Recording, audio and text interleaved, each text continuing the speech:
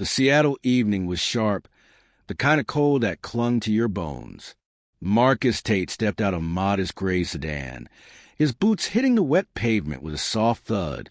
No suit, no entourage, just a navy jacket, jeans, and a quiet confidence that unsettled the air.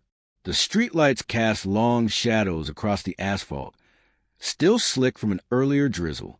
The glass tower of Tate Enterprises loomed ahead, its sleek facade reflecting the city's pulse.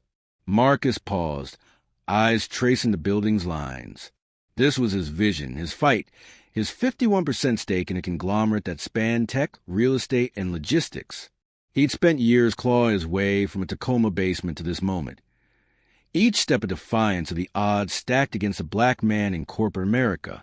Tonight, he wasn't here to impress. He was here to test. Marcus stepped to the glass doors into the lobby of Tate Enterprises headquarters. Polished marble floors gleamed under recessed lights, chrome accents catching the glow like blades. Leather chairs sat in precise rows, exuding an air of calculated luxury. A soft jazz track drifted from hidden speakers, a curated ambience that promised success but demanded respect. Marcus approached the front desk, his steps deliberate, hands tucked into his pockets. Behind the counter stood Claire, her navy blazer crisp. Her expression one of practiced indifference as she typed. She barely looked up, her fingers moving with the rhythm of someone who'd mastered the art of dismissal. Marcus stood there, a black man in a space he owned, yet already feeling the weight of being unseen. "Evening," Marcus said, his voice calm but clear, cutting to the soft hum of the lobby. "I'm here for a meeting." Marcus Tate. Claire's eyes flicked to him, then back to her screen, a gesture so quick it was almost mechanical. "First name?" she asked, as if he hadn't just given it. "Marcus," he repeated, his tone steady. "It's under Tate Enterprises. Boardroom 1901. She tapped again, her lips pursing, her fingers pausing just long enough to signal impatience. "I don't see anything under Marcus Tate. Do you have a meeting ID?" Her voice sharpened, less polite, more clipped, as if his presence was an inconvenience. "No, it was booked internally," Marcus said. "Check under corporate. There's a note attached." Claire's fingers hovered, her eyes narrowing slightly. "That room's reserved for executives, not walk-ins," she said, her tone implying he was anything but. Marcus's jaw tightened, but his voice stayed even, a practiced calm honed over years of navigating rooms that didn't expect him. "I'm the CEO. That's my meeting." Claire's eyes snapped up, her smirk unmistakable now, a mix of disbelief and amusement. "CEO? Right." Her hand moved under the counter, brushing a small button, a subtle motion Marcus caught from the corner of his eye. "One moment," she said, her voice dripping with doubt. Marcus didn't move, his stance rooted, feeling the weight of eyes, employees passing through, a couple of suits swiping access card to the elevator, their transaction smooth and unquestioned. Then came Greg, the security guard, broad-shouldered, his hand resting near his radio, his stance cautious but practiced, like someone who'd been called to handle situations before. "Sir, is there an issue here?" Greg asked, his tone flat but edged with authority. "No issue," Marcus said, his voice unwavering. "Just heading to my meeting." Greg's eyes scanned Marcus's jacket, his boots, lingering just long enough to betray his assumptions. "Just hanging around the desk, then?" Greg pressed, his tone implying Marcus was out of place. "I have a meeting," Marcus repeated, his words steady as stone, each syllable a quiet challenge. Diane, the office manager, appeared next, her heels clicking sharply against the marble, her sharp gray suit and tablet held like a shield. "Evening," she said, her smile thin, her eyes sharper than her heels. "I hear there's some confusion." Her voice carried the weight of someone used to resolving problems by asserting control, but Marcus caught the flicker of unease in her gaze, a crack in her polished facade. "No confusion," Marcus said, his voice low but firm. "I'm Marcus Tate, CEO of Tate Enterprises, here for the boardroom meeting." Diane's smile held, but her eyes wavered, betraying a moment of doubt. "We'd need corporate confirmation for that room." "Protocol, you understand," she said, her words clipped, her tone suggesting Marcus was a puzzle she didn't care to solve. Marcus handed over his ID and business card, the ones he'd carried since he started this company, the ones that bore his name and title in stark black ink. Diane glanced at them, barely a second, and handed them back with a dismissive flick of her wrist. "This doesn't match what we expected," she said, her voice cooling further. "What did you expect?" Marcus asked, his tone unyielding, his eyes locked on hers, daring her to answer honestly. "We had issues with unauthorized access," Diane said, her tone now icy, as if Marcus's presence was a security breach waiting to happen. "Please wait over there while we verify." Marcus didn't budge, his boots planted on the marble he'd chosen for this very floor. "I'll wait here," he said, his voice a quiet command. The air tightened, the lobby's jazz track suddenly too loud in the silence. Greg shifted closer, his radio crackling softly. Claire leaned back, her smirk now a full grin, as if she'd already won some unspoken game. A few employees at the coffee bar whispered, their glances sharp, their curiosity a mix of intrigue and judgment. Then a soft shuffle broke the tension. Esther, the janitor, moved to a side counter to grab supplies, her uniform crisp, her movements deliberate. Diane snapped, "Esther, you don't need to be here right now." Her voice cutting through the air like a blade. Esther's eyes met Marcus's for a moment, steady and knowing, a silent acknowledgement that carried the weight of shared experience. As she passed, she murmured, "Stand your ground, son. Let them trip over themselves." Marcus's lips twitched, almost a smile, her words a spark in the cold air. Then Claire spoke, her voice dripping with doubt. "You're saying you run this place?" "I don't just run it," Marcus said, his words sharp but measured. "I built it." Diane crossed her arms, her tablet now a prop in her defiance. "Why would the CEO show up unannounced?" she asked, her tone implying the question was its own answer. "To see how you treat someone you don't expect," Marcus said, his voice a quiet thunder. "And you're failing." Marcus stepped back, his boots silent on the marble, the lobby's glow feeling hollow, like a stage set for a play gone wrong.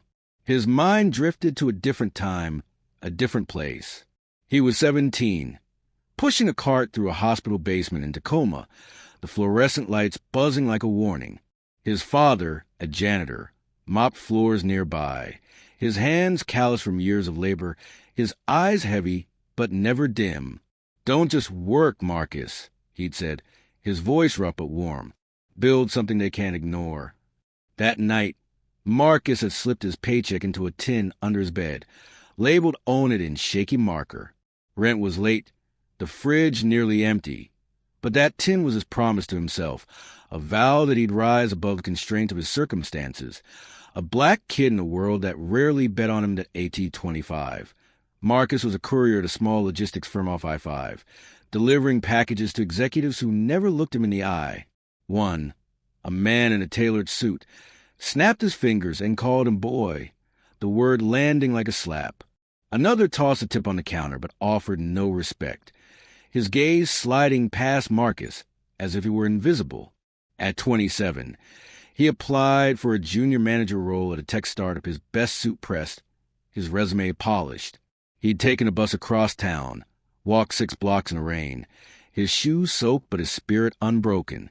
The hiring manager, a man with slick-back hair and practiced smile, leaned back and said, "You're sharp, but we need someone who fits the culture." The word culture hung in the air, a coded rejection Marcus had heard before. He smiled, nodded, and walked out slowly, his hands steady only because he refused to let them shake.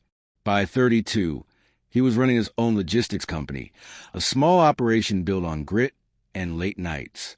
By 37, he was CEO of Tate Enterprises, a conglomerate that turned heads in boardrooms across the country. But in that lobby, Claire saw boots, not a boardroom. Diane saw skin, not a signature. Greg saw a threat, not a title that Marcus's reflection in the lobby's glass tightened his jaw. His blackness wasn't just a fact. It was a lens through which every room judged him. Growing up in Tacoma, where streetlights flickered and the community held strong. He'd learned to carry himself with a quiet strength that didn't need to shout. His father's words echoed. They'll try to shrink you. Don't let them. He'd face it all. Teachers who assumed he'd fail. Bosses who overlooked his work. Strangers who clutched their bags when he passed. Each slight was a brick in the foundation of his resolve. In that lobby, Claire's smirk, Diane's dismissal, and Greg's stance were just another set of bricks. Another test he'd already passed 100 times before. Marcus stood still, his silhouette sharp against the marble. The weight of history pressed in, but it didn't crush. It sharpened. He pulled out his phone and dialed, his eyes locked on Diane. Activate the Seattle file. Now, he said, his voice low, each word deliberate. He hung up, placing the phone on the counter like a gavel, the sound of quiet punctuation in the tense air. Check again, he told Diane, his tone leaving no room for argument. Her face tightened, her fingers fumbling slightly as she tapped her tablet.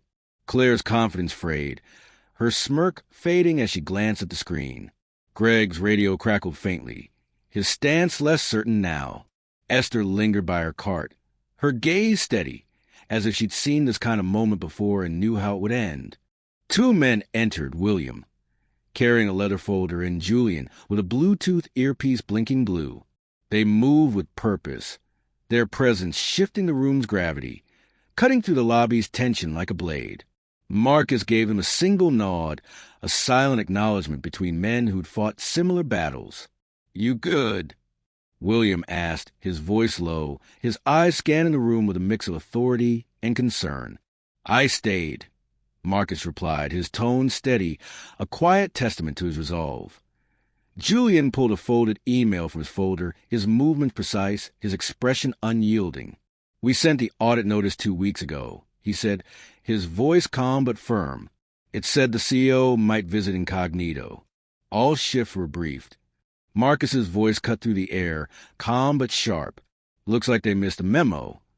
Diane's tablet slipped slightly in her grip, her composure cracking under the weight of the moment. We had no confirmation, she stammered, her voice thinner now, grasping for control. You had my ID, Marcus said, his words a quiet indictment. You chose to see a problem instead of a guest. William raised an eyebrow, his presence towering without effort. Why is our CEO standing in his own lobby, treated like a trespasser? He asked, his voice a low rumble that demanded an answer. Diane's face flushed, her fingers tightening on her tablet. We had issues with unauthorized access, she began, but Marcus cut her off, his voice steady but unrelenting. You made me feel like I didn't belong in my own company, he said, each word landing like a stone. Julian placed the email on the counter, its edges crisp against the polished surface. Treat everyone like they could be the CEO, he said. You failed that test. Esther nodded from her cart, her eyes steady, her presence a quiet anchor in the storm. I've seen people turn away for less, she said, her voice soft but firm. But you stayed, and that's new. Marcus turned to her, his expression softening for a moment. You saw it, he said, acknowledging her witness. Her smile was faint but firm, a recognition of shared resilience. You stood your ground without shouting. That's power, she said. Marcus faced Diane again, his voice low but unyielding. You thought I didn't belong. Now you'll see what happens when you misjudge the wrong person. A digital screen behind the desk flickered to life, showing Paul's security footage. Marcus at the counter, Claire's dismissive smirk, Diane's crossed arms, Greg's cautious stance. The room froze, the images a silent accusation. Pamela, the intern, stepped forward, her phone trembling in her hands. I recorded it too, she said, her voice shaking but resolute. It didn't feel right. She was young, barely out of college. Her oversized blazer sign of her newness to the corporate world, but her eyes held a quiet courage. Marcus looked at her, his expression unreadable but attentive. You recorded it? He asked, his voice calm, inviting her to stand in her truth. Pamela nodded, her fingers tightening on her phone. I couldn't let it slide, she said, her voice steadier now. William nodded, his expression one of approval. "Send to my office," he said, his tone leaving no room for debate. Diane's voice rose, a note of panic breaking through her polished exterior. "You're using interns' footage?" she asked, her words sharp but unsteady. "I'm using the truth," Marcus said, his voice cutting through her protest. "I don't care whose hands it comes from." Esther spoke from the side, her voice quiet but piercing. "Keep the record. Truth doesn't need permission." Her words hung in the air, a reminder of the power of witnessing, of seeing and not looking away. Claire stepped forward, her voice small, her earlier confidence gone. "I didn't mean to be disrespectful," she said, her eyes darting to the floor.